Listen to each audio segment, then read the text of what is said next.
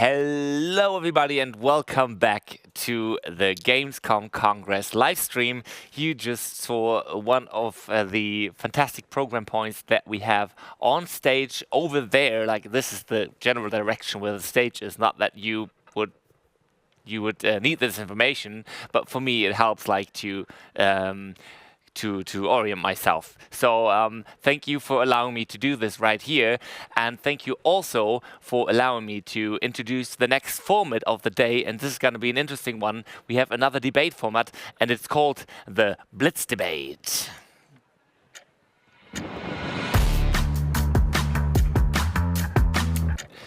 Welcome, everybody, to the Blitz debate here at Gamescom Congress 2025.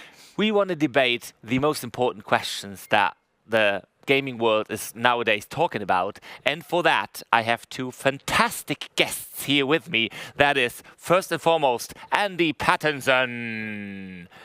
And also, Jörg Tittel. It's a little weird without the applause, right? But it's very strange. You can just like imagine. People are going crazy right now. At home, people are clapping. Guys, you can just write like clap in the chat, and you guys can read over there. That's the first clap. You see. Very good. Wow, thank you so much. This is I felt that. An energetic round of applause. Yeah. Thank you very much. Thank you. That's very nice. We normally start our day with applause in our personal lives, so this is very good. Is it so? Yeah. Okay. I get bigger applauses than him, but we'll see that later during this debate. We will indeed see that later. I gotta explain what this format is about. I already said it's a debate format, and what we have here, we brought a format of last year back and tuned it a little bit, fine-tuned it a little bit. And those two contestants, they will now, or in a few seconds, get a topic of discussion they have not yet heard about, right? You didn't hear about any of the topics that we want to cover today, right? Nope, nothing. Well, I paid off someone, and I've had some special sort of inside information. Okay, well, we'll see if that helps you at all. And my integrity is far too high to do that. I know nothing. I swear. And you guys will then take opposing positions on that statements that I read. Okay. And the fun thing is, this statement does obviously not necessarily have to be your own. The thing is, the first person taking one of the sides of this argument, it's always pro or con, can choose or pick which side he's arguing for. Okay. All right. Understood. Okay, and how do we know these quotes won't be used out of context and sort of cost him his job? That's a very good. That's a very good question. We do have a little disclaimer that we show, like in the upper corner of the screen. Permanently, there it is, which says the viewpoints were assigned to the to the speakers and do not necessarily reflect their opinions. Okay, good. Right? Not necessarily. But could do. Good. Yeah. We don't know yet. So for the fun of it, we'll just say like those are your opinions. Maybe to make it a little bit more fun and give people a little context, we should maybe introduce you guys at what you're doing. Andy, you're at the WHO, and maybe you can just say like what's roughly the thing that you're doing there. Okay, so I lead a team called Digital Channels, and our job is to get more health messages to more people through digital channels and their digital journeys so that they can make better health decisions and ultimately live happier and healthier lives. So, if there is a voting system, I'd just like to say we literally save lives. But, over back to you. That's very interesting. Jörg, you're holding a talk today at Congress in about an hour. Yes. How can feel-good games make our world feel better? Yeah. What's that about? I'm going to be saving some lives today, and I don't know how many lives this gentleman here thinks he's saving today, but I'll be doing it. Okay, so maybe the challenge is who's saving more lives. Also very interesting. No, we're both superheroes here. Yes. No, but I'm a creative director at Rapid Eye Movers in London, and we made a game called Sea Smash VRS. With Sega a couple years ago, and now we're making a big game based on a beloved IP, as they call it, which is going to be announced later this year. I see, okay. Sounds very good.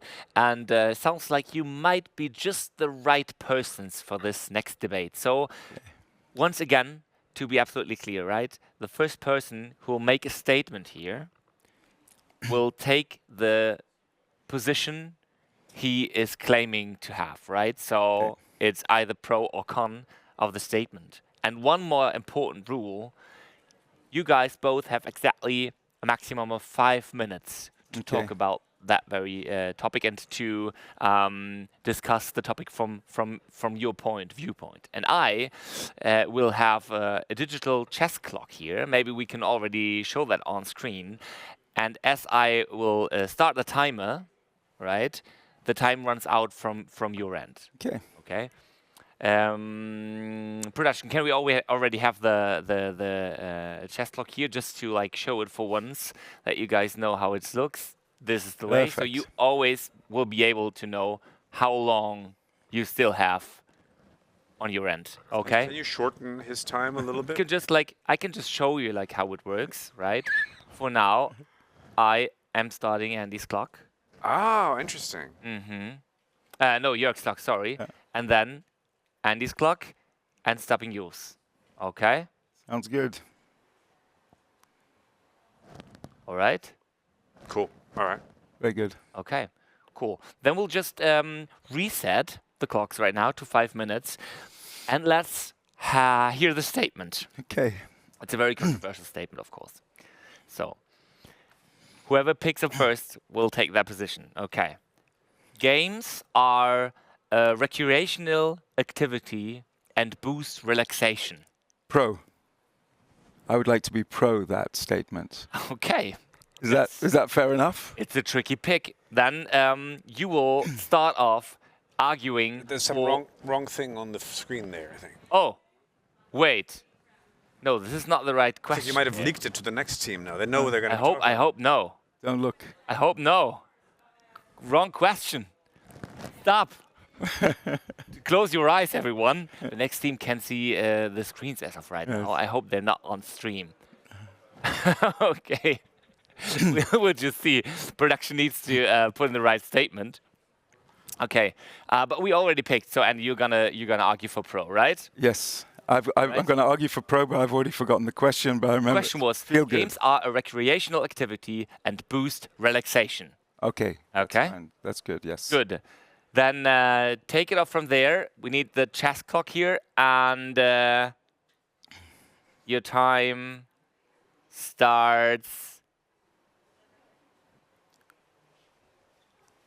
any moment. Does he start?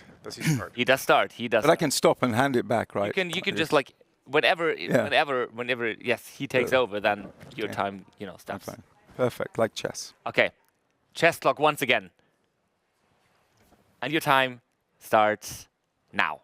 I think there's enough evidence to show that games such as puzzle games towards the end of the day actually relax people and help you sleep better. And I think that would be my opening statement, which I will now hand back to you. Well, I mean, he's saying games like puzzle games, when in fact games are much broader than that, right? And I mean, I'm incredibly stressed when I play games. So I've in Donkey Kong Bonanza, for instance, I thought I was going to be playing a very relaxing game for all ages, and I'm still stuck on the final endless boss fight. I can't do it, and it's absolutely killing me. So I'm actually very stressed. I have heart palpitations just thinking about Donkey Kong Bonanza right now. Okay. Also, Animal Crossing was supposed to be a really nice sort of cozy experience during COVID. But the FOMO I experienced when people had bigger houses and more stuff than me was really, really sad and stressed me out. So I think games, even the ones that pretend to be cozy, are incredibly stressful. So I think, I mean, with all due respect, I think my colleague here from the World Health Organization is wrong. And I think that's where you're wrong, because I believe that when you are stressed and you have a life, games and video games especially allow you this era of escapism, where you can escape your real life drama and your real life problems and just absorb yourself into a game which you enjoy and forget about the troubles of the world. Yeah, but when I played Animal Crossing and the beaver asked me to pay him lots of money to, pay the rent, I was reminded of my own rent. I see. And that was really stressing me out. And also the idea, like, why should we have to escape? Does it make us refugees in our own real lives? isn't there something slightly condescending about game people saying, like, you're just escaping this world because your real world sucks? Wouldn't it be nicer if we were inspired to travel into games and take something valuable with us back home? Yeah. And I feel that a lot of games are actually, I mean, in all seriousness, I think that games are turning us into refugees in our own lives. I think they're wasting our time, killing time, rather than filling our time with meaning and purpose. Well, it's an excellent point you make about time, but I would argue that video games, unlike TV or radio or other forms of entertainment, is much more active and planned, and therefore you get a better sense of achievement and success. Whereas you can watch TV or consume content on social media, and you're just scrolling and watching and passively engaging. Whereas I think the gaming is much more structured, and so gives you also a sense of greater self-worth that you've achieved something and more achieving. So I would say it uplifts it, and I think the time element is very important.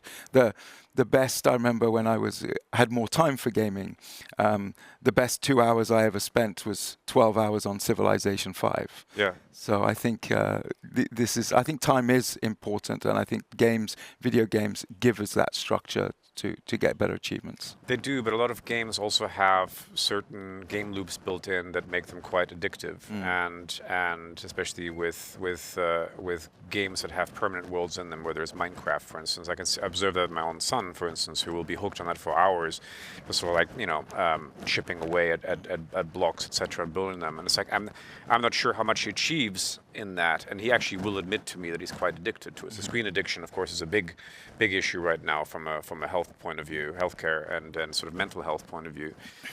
So games are sometimes a time waste. The fact that they are quite active is great, but a lot of kids actually now watch live streams of people playing games, so they actually become even more passive than they would if they actually watched like meaningful content, as we call it these days, content. Whether it's a well-scripted movie, etc. They watch other people playing games, so it becomes even more passive than if they'd watched something that was written, with care. So I think it's a double-edged sword. And since you've made one valid point, I'd like to acknowledge that. Well Thank done. you. It's a valid point.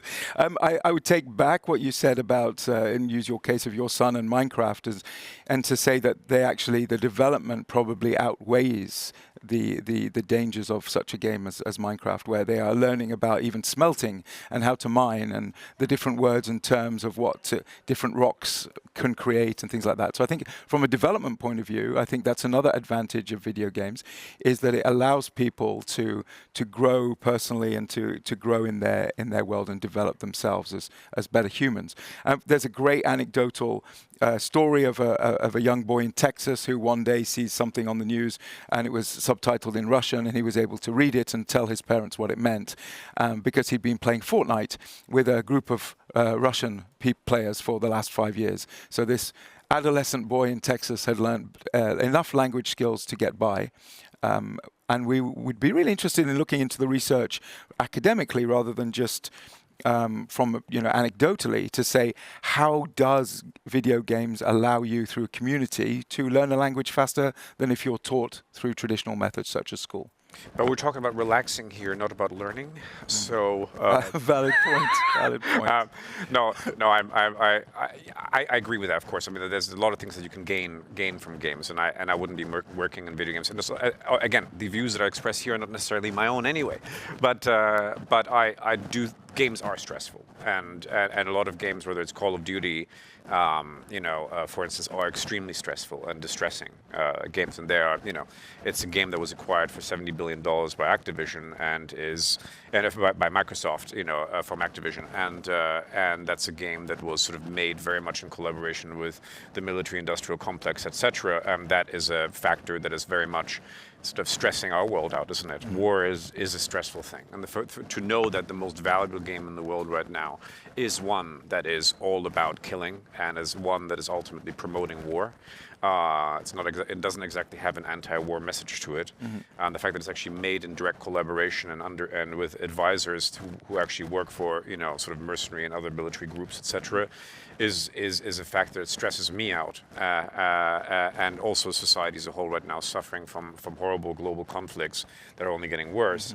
So I think the game industry as a whole right now, there are different corners of the industry that I think, of course, are cozy and feel good, as my talk, as I'll be talking about in my talk later today. But I think there's a vast amount of games right now that are actually making the world and portraying the world and also promoting the world as more stressful than it should be.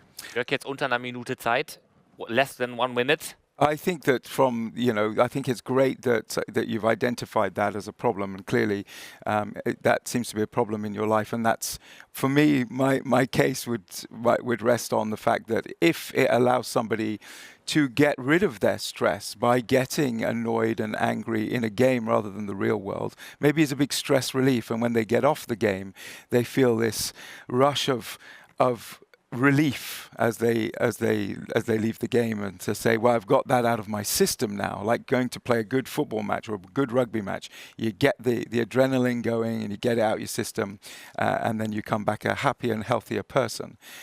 So from my point of view, I think that's also important, is to the escapism and to be able to relax, to have a stressful game. Maybe it's not stress, maybe it's excitement is maybe the correct word, and you can finish that excitement and feel fulfilled that you've actually achieved something. And you get these huge kicks of dopamine in gaming, of course, which do also help relax, chemically help you relax. So I would say it was more an escapism to allow you to get rid of your stress during these times. Yeah, I think that would be good. But as we've seen with movements such as Gamergate in the game industry, there is a very toxic side to the game industry, where the players of predominantly first-person shooters and war games are actually not only aggressive towards, during gameplay, but also towards communities and sort of minority communities, etc., whether it's women or people of different races, etc. So I would like to think that they get that violence out of their system, but there's a lot of toxicity in the game industry that we're all suffering from and seriously and genuinely. Yeah. So I'm not sure about that. I agree with you in that respect, and that's something that the video gaming industry needs to look at. And it's all about digital balance, right? I think the conversations we're having today, even though in jest, is very serious, that we have to look at digital balance. What are the benefits to health? In my case, I'm interested in health rather than everything else like development and language skills. But what are the benefits that video gaming brings to health, and what are the negative aspects? And it's finding that balance. And I think the only way to solve that, and you put your finger on it at one point, is to work with the industry to improve and to do research to make sure that we're basing it on evidence and not opinion. I think the world has been run by opinion for far too long now when it comes to video gaming. We need to get into that space. Yeah, I mean, it's really grateful that you acknowledge that I've been right all this time, and ultimately we can work together towards making games actually indeed more relaxing and better for people's health, and also determine the aspects that don't. Time's up. So last words for me, just to say that in addition to everything we've talked about with relaxation, there is also this ability for games to manage very serious things like pain management, help people rehabilitate themselves when they're coming back from physical and mental conditions. How was that? Okay. Well done. Interesting. So they do congratulate each other. That's very fair of you. So once again, the debate question was: games are a recreational activity and boost relaxation. That was the controversial statement that we had here.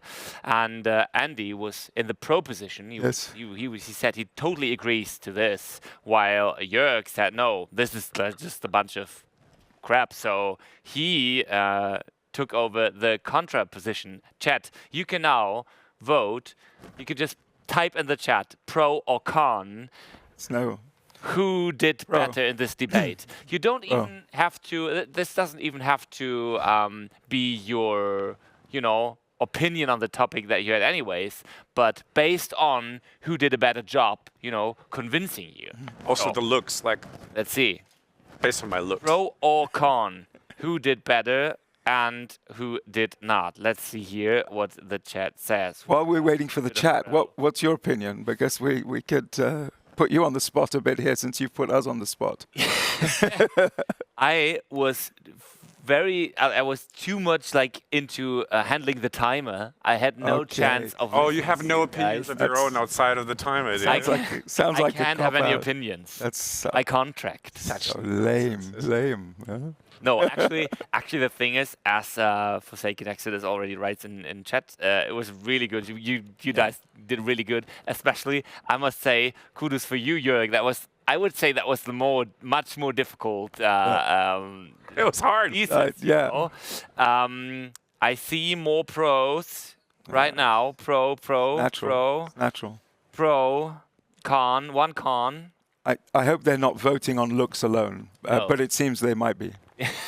So, Yeah, I see. It's the reason here. one of the reasons I chose pro, apart from I actually believe that, is that I knew that he was probably pro, Yes. and that he would have less To arguments. put him in in the hot seat, Okay. you know. Okay, I would just declare the voting to be closed. Like we have 1 million votes for pro. So actually, this is, Andy, your applause once again. A very sad applause, but a really good Thank you, game. thank you, Thank you thank guys for participating Thank in you. this. Appreciate it. I need to ask you to leave the studio right now because we need to have our next contestants here. Thank you very much. Enjoy the rest of Gamescom and Gamescom Congress. Bye bye. Thank you so much. Thanks. Alrighty. Oh, all right. This was interesting. Thank you very much for voting. For the next, we will switch in English for the next Blitz debate. Und wir müssen tatsächlich, I switched to German, sorry. Und das mache ich jetzt direkt, weil die nächste Session mit 2 deutschen Contestants ist und wir dementsprechend die Debatte auf Deutsch führen. Das heißt, für alle Englischsprechenden, for everyone speaking English, this will be very tough to follow right now. But I would say I believe in you. Wir müssen relativ direkt reinrutschen gleich in die Debatte. Die Regeln bleiben die gleichen. Beide Contestants haben jeweils 5 Minuten Zeit, für ihre Seite zu argumentieren, wobei ihre Seite auch nur die Seite ist, die sie sich jetzt gleich quasi aussuchen. Es gibt wieder ein Statement, was ich gleich vorlese und dann muss einer von den beiden die Pro- und einer die Kontra-Seite einnehmen. Und ihr dürft am Ende voten, wer hat sich denn am besten geschlagen in der Art, wie er sich nicht nur artikuliert hat, sondern auch argumentiert hat. Vielleicht, wie gesagt, schafft ihr die kleine Distanz zu eurer ursprünglichen Meinung zum Thema, denn das ist so ein bisschen der Gedanke dieses Formats, dass man sich natürlich hier auch ein Kopf-an-Kopf-Rennen liefert, ohne dass es tatsächlich zu viel Kontroverse im Vorhinein gibt. Ich finde es sehr spannend, weil man so mal unterschiedliche Argumente, die so im Orbit unterwegs sind, greifen kann, sehen kann und vielleicht schafft, sich selber nochmal ein differenzierteres Bild von Dingen zu schaffen. Deswegen finde ich das tatsächlich sehr spannend und ich freue mich darauf und freue mich auch, wenn ihr gleich wieder mitmacht. Wir haben gleich 2 Kandidaten dabei, die hier auch unterwegs sind bei einem Talk auf dem Gamescom-Kongress.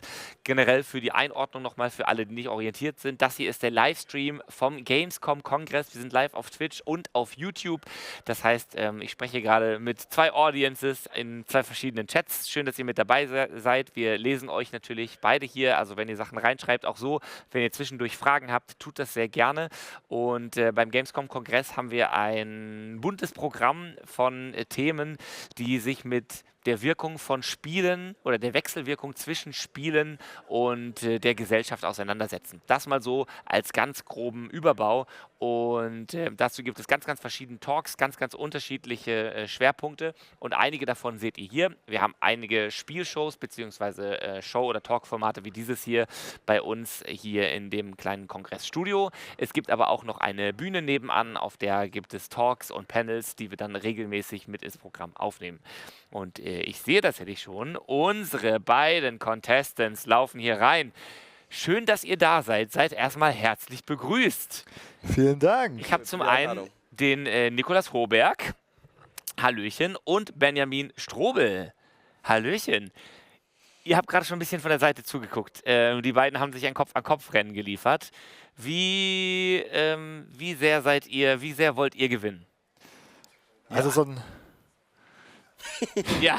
Ja, wir streiten uns schon jetzt, wer hier überhaupt reden darf, aber das ist ja zum Glück reguliert. Das ist gleich reguliert. Das Kopf an Kopf rennen, ich glaube, das macht am meisten Spaß. Also wir wollen hier keine eindeutige Entscheidung sehen. Wir wollen, dass es richtig knapp wird. Okay, na gut. Finde ich fair, finde ich absolut fair.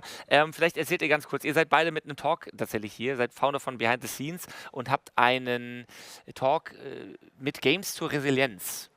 Ja, mit Games zur Resilienz. Wir sind nämlich eigentlich aus der Psychologie, wir sind Psychologen. Aus der Perspektive haben wir uns ausgegründet, um eben Erkenntnisse aus der akademischen Psychologie in Bereiche von Gaming hinein zu transferieren. Und das machen wir zum Beispiel auf solchen Veranstaltungen wie hier, wo wir versuchen, dann dieses Wissen aus der Psychologie in die Games-Branche zu geben.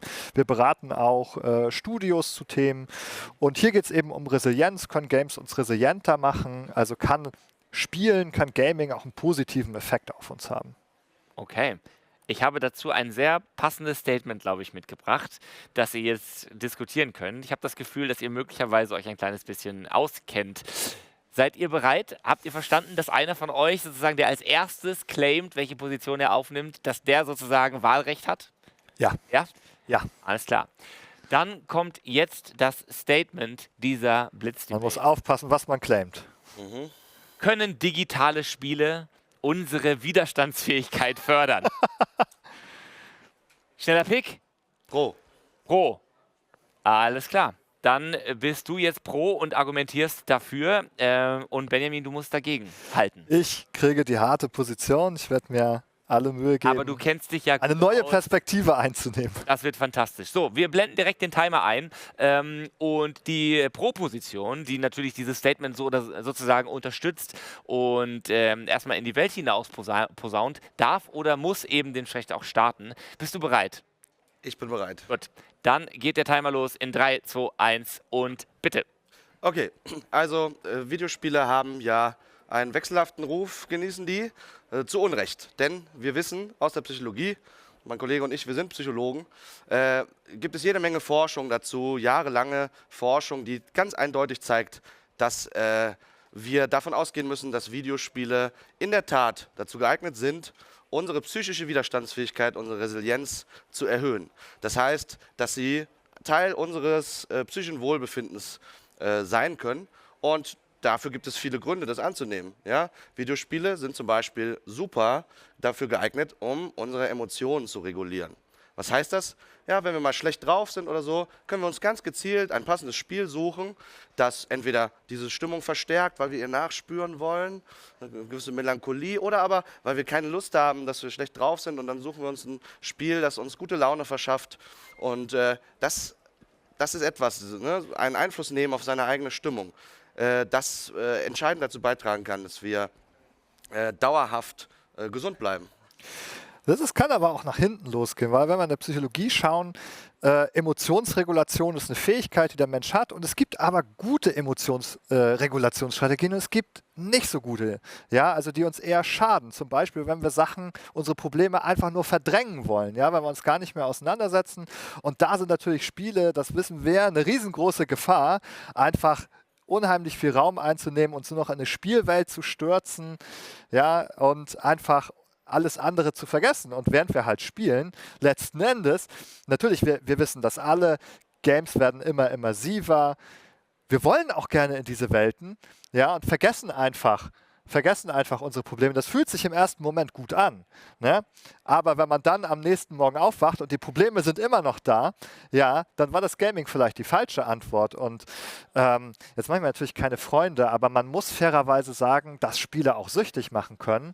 Und zwar tun sie das, wenn ich dann meine schönen Erlebnisse wirklich nur noch aus Games beziehe und nicht mehr aus dem echten Leben, dann ist das ein Risikofaktor, auch eine Abhängigkeit zu entwickeln. Und da wollen wir natürlich nicht rein. Und deswegen ist es schon ein sehr zweischneidiges Schwert. Nun ist es natürlich leicht für dich, so eine Position zu skizzieren, die einerseits statistisch ziemlich selten vorkommt. Ja, wenn wir schauen, wie groß ist der Anteil der Spielenden, die dann tatsächlich ein Suchtverhalten entwickeln oder so, dann sind das extrem kleine Zahlen, niedrige einstellige Prozentwerte.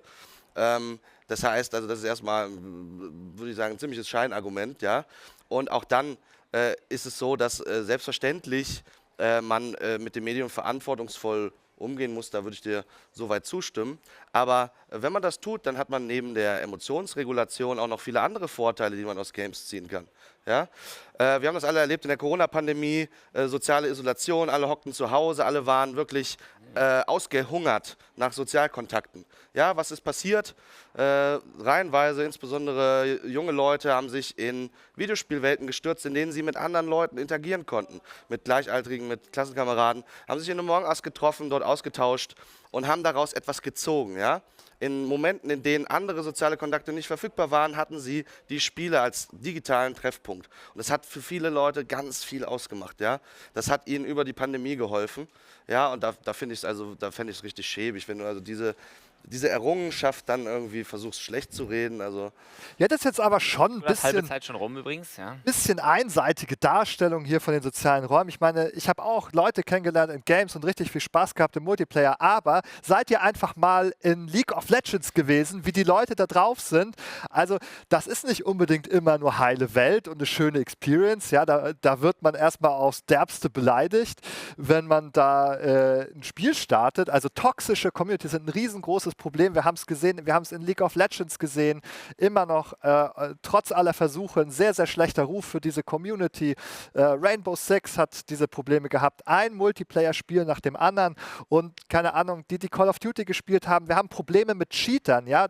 Also da braucht man gar nicht, also wenn man da in diese Orte kommt, ja, hat man es zu tun irgendwie mit Nazis, Cheatern und anderen Idioten, die da einen da nur rausmobben wollen aus diesem Spiel, ja. Also ich weiß nicht, ob das wirklich so erholsam für mich ist, so eine Partie League of Legends oder Call of Duty. ja, also mit dem Windows 11 Zwang wird dann das Cheater-Problem auf jeden Fall auch aus der Welt sein. Aber niemand ist gezwungen, League of Legends zu spielen. Ja, liebe Leute, die Welt da draußen, der Welt der Videospiele ist so groß, ist so divers. Es gibt so viele andere Spiele, die Communities aufweisen, die weniger toxisch sind, die wholesome sind, wo man gut aufgenommen wird und die wirklich dann auch einen Beitrag eben leisten können zu psychischem Wohlbefinden. Ach, das war's. Ach so, okay. Ja, also ein Beitrag, ja, da können wir uns ja einigen, die können einen Beitrag leisten zu unserem Wohlbefinden, die können aber auch einen Beitrag dazu leisten, dass ich einfach nie wieder so ein Spiel spielen möchte, wenn ich da einfach mal an die falschen Leute geraten bin. Und das ist ja gerade, wenn wir mal gucken, okay, jetzt sitzen wir hier als zwei Kerle, das muss man ja auch mal sagen. Für uns ist das nicht so schlimm. Du sagst, ja, so schlimm ist das vielleicht ja gar nicht oder ich spiele das einfach nicht, aber ich brauche ja nur mal mit einer Frau sprechen, die gerne Call of Duty oder League of Legends spielt. Ja, da sind sicher einige da draußen auch im Chat, die mir das bestätigen können, wenn man da irgendwie in den Voice-Chat geht und als Frau erkannt wird, ja, dann kriegt man gleich einen Haufen sexistische Kommentare. Was machst du hier im Gaming? Es ist besser geworden. Es ist besser geworden. Auf jeden Fall. Aber das sind Probleme, die wir haben und einige betrifft das eben mehr als andere. Ja, ich meine, vor dem Hintergrund kann ich nur empfehlen, sich gezielt die Communities auszusuchen, mit denen man interagieren will. Ne? Und dann würde ich empfehlen, auf jeden Fall die Finger von den toxischen Orten im Internet zu lassen. Aber das gilt für alle Lebensbereiche, nicht nur, das ist jetzt nichts Spezifisches fürs Gaming. Ja, keine spezifische Gefahr von Gaming. Solche Orte gibt es auch in anderen Bereichen. Ja? Ja, jetzt haben wir zum Beispiel gesehen, also jetzt nochmal so ein bisschen in die Forschung reinschauen, jetzt kommt nochmal die Forschungskeule, das tatsächlich, wir sagen immer, die gleichen Probleme, die wir im Gaming haben, die haben wir in allen Bereichen. Jetzt gibt es Forschung, die zeigt, das ist gar nichts. Es gibt tatsächlich ein paar Gründe dafür, dass es Probleme gibt, die so ein bisschen im Gaming stärker sind als in anderen Bereichen. Ja, wir haben so große Gruppen und wenn ich im Sport bin, dann habe ich da einen Schiedsrichter, der regelt das ein bisschen, ja. Aber ich habe relativ wenig solche Strukturen im Online-Multiplayer zum Beispiel. Ja, also da muss man mal ein anderes Argument auskramen. Also ich glaube, das überzeugt mich nicht. Also ich meine, wenn du mit der Forschungskeule kommst, so, ne, dann, ne, du weißt ja selbst, wir werden hier auf dem Kongress sogar noch Ergebnisse vorstellen, die empirisch darlegen, dass diese Spiele in der Tat dazu geeignet sind. Das ist neueste Forschung und die zeigt ganz klar unterschiedliche Vorteile. Einerseits, wie wir erwähnt haben, für die Emotionsregulation, für die soziale Eingebundenheit, aber auch einfach nur, ja, dass diese Spiele in der Tat einen Ort bieten können, in dem wir uns zurückziehen können, in dem wir uns vom Stress des Alltags ein bisschen distanzieren können, um einfach nur auch Distanz zu diesen Problemen vielleicht zu gewinnen, um besser mit ihnen einen Umgang zu finden. Ja? Und da sind Videospiele eine ganz wichtige Ressource. Aber wir haben es auch eben in dem Talk gehört, wenn wir nochmal auf der Debatte von eben auch zurückkommen, ja. Also da tausche ich ja einen Stress gegen den anderen, ja. Ich vergesse den Alltagsstress, dafür habe ich einfach komplett neuen Stress und ich muss gar nicht dafür in Multiplayer-Bereiche reingehen. Das haben wir jetzt genug besprochen, aber ich kann ja auch nur sagen, ein Singleplayer-Spiel, so zur Entspannung einfach mal so eine Runde Dark Souls spielen, da werde ich erstmal von so einem Boss richtig verprügelt, ja. Das ist ja keine Entspannung für mich. Was ist das dann für ein Rückzugsort, ja, wo die Höllentore aufgehen, wo einem der Hintern versohlt wird. Ja, und dann darf man sich freuen, wenn man es 100-mal probiert hat, dann darf man sich über sein kleines Glücksgefühl freuen, dass man jetzt endlich mal einen Dark Souls-Boss besiegt hat. Ich meine, das kennen wir alle. Also, ich glaube, da tausche ich nur einen Stress gegen den anderen. Ja, wir kennen das alle, Dark Souls, dieses furchtbar unbeliebte Spiel, ja, dass kaum jemand Lust hat zu spielen und bei dem niemand Freude empfindet. Was du sagst, ne? Genau dieses den Hintern versohlt bekommen vom Boss, das ist ja Teil der Spielerfahrung. Und dahinter steckt in der Tat einiges psychologisch Wertvolles, ja. Dark Souls ermöglicht es uns, Erfolgserlebnisse zu haben. Wenn wir einen schwierigen Boss legen, fühlen wir uns gut. Ja, das ist befriedigt, wir sagen in der Psychologie, befriedigt das Bedürfnis nach Kompetenz. Ja, eines der zentralen psychischen Grundbedürfnisse. Und da gibt es in der Tat sehr viele auch empirische Hinweise darauf, dass das wichtig ist. Vielen Menschen, nicht allen, aber den allermeisten Menschen ist wichtig. Ja, also ich kann das verstehen, ja, einige mögen das. Ja, wenn einem der Hintern versohlt wird. Aber ich glaube, das ist letzten Endes, wenn du sagst, ist einerseits eine Quelle von Kompetenz, aber seien wir ehrlich, wer wirklich Dark Souls gespielt hat, weiß, das ist eine Quelle von Inkompetenz. Ja, da fühlt man sich eigentlich nur klein, Solltest wenn nicht man von das dir spielt. selbst generalisieren auf die Allgemeinheit. Jetzt sind wir nicht in den letzten Sekunden auf die persönliche Ebene abdriften. Wir, glaube ich, können da einen Abschluss machen. 10 Sekunden, letztes Statement. Das letzte Statement. Games sind natürlich hervorragend, aber sie sind vielleicht nicht das Allheilmittel, an das wir glauben. Ja, sie können auf der einen Seite können sie uns beruhigen, Und dafür bringen sie uns neuen Stress. Gut, dann möchte ich mich in Teilen deiner Konklusion hier anschließen an der Stelle. Games können einen Beitrag leisten, sie können aber vielleicht auch nicht das geeignete Mittel der Wahl sein. Es kommt auf eine verantwortliche Auswahl und Nutzung des Mediums an. Und Zeit ist rum. Vielen Dank, viel Einigkeit zum Ende hier. Das ist ja fast schon, also, na gut, ich lasse das einfach mal so stehen. Das Statement war, können digitale Spiele unsere Widerstandsfähigkeit fördern? Da sind wir, glaube ich, in den letzten Minuten ein bisschen fast schon von abgedriftet und sind zu einer allgemeinen, sind eigentlich Games gut oder schlecht Debatte übergeschwappt. Aber trotzdem, wir hatten hier eine starke Proposition von Nicolas und eine ebenfalls starke Kontraposition von Benjamin und ihr, lieber Chat, könnt jetzt voten. Ihr könnt jetzt reinschreiben, pro oder con. Wer hat euch am meisten überzeugt? Wer hat die besten Argumente geliefert für dessen Standpunkt zu dem Statement, können digitale Spiele unsere Widerstandsfähigkeit fördern? Vote now. So, was denkt ihr, wie geht's aus? Wie habt ihr euch gefühlt? War easy, smooth sailing oder... Ich hatte ein bisschen Mitleid mit Benjamin, dass er diese Position vertreten musste dort, ganz ehrlich. Also ich glaube, ich hätte mich vielleicht nicht so gut geschlagen. Also, vielen Dank. Nochmal so ein paar große Komplimente hier. Vielen Dank. Aber nach der heißen Debatte, also ich glaube, wir haben uns ja beide hier vorbereitet, auf unseren Talk auch mit Games zur Resilienz zu gehen. Und natürlich haben wir in all Fairness auch beide Positionen dazu recherchiert, aber natürlich haben wir eigentlich einen Punkt gefunden, wo wir sagen, wir haben echt schöne positive Effekte von Games, die dazu beitragen können. Natürlich haben wir auch eben so ein bisschen Vorsicht, das Game ist nicht das Allheilmittel. Ich kann nicht sagen, einfach Spiel rein und gute Laune raus oder Resilienz kommt hinten raus. Ich bin auf einmal viel besser und widerstandsfähiger. Es kommt schon ein bisschen drauf an, auf ein paar Faktoren. Aber wenn die Faktoren da sind, dann können Games auch wirklich einen Beitrag dazu leisten. Wie eine spannende Einordnung sozusagen, vielleicht nochmal so die Bottomline von eurem Talk eigentlich auch. Die Leute, die ihn jetzt hier vor Ort nicht sehen können. Ich würde das Voting an der Stelle schon schließen und interessanterweise haben wir mehr Votes für Contra bekommen. Oh mein Gott! Du hast das ist einfach überrascht. Überzeugt.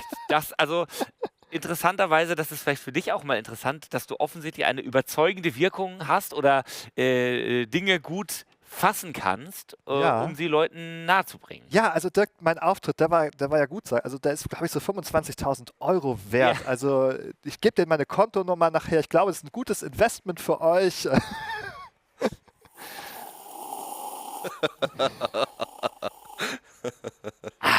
Ich habe einen großen Schluck Wasser getrunken. Gut, gucken wir mal. Ich sag euch ganz lieb Danke. Das hat sehr Spaß gemacht. Wir haben nachher nochmal eine Blitz-Debate hier bei uns mit 2 weiteren Kontrahenten. Das wird sehr schön. Jetzt geht es hier weiter im Programm, aber den beiden sage ich tatsächlich erst mal Tschüss. Also nochmal ein Clap für unsere Contestants, auch eben aus der ersten Runde. Vielen lieben Dank, viel Spaß auf beim Gamescom-Kongress. Auf ein faires Spiel. Vielen Dank. Vielen Dank. Tschüss. Tschüss.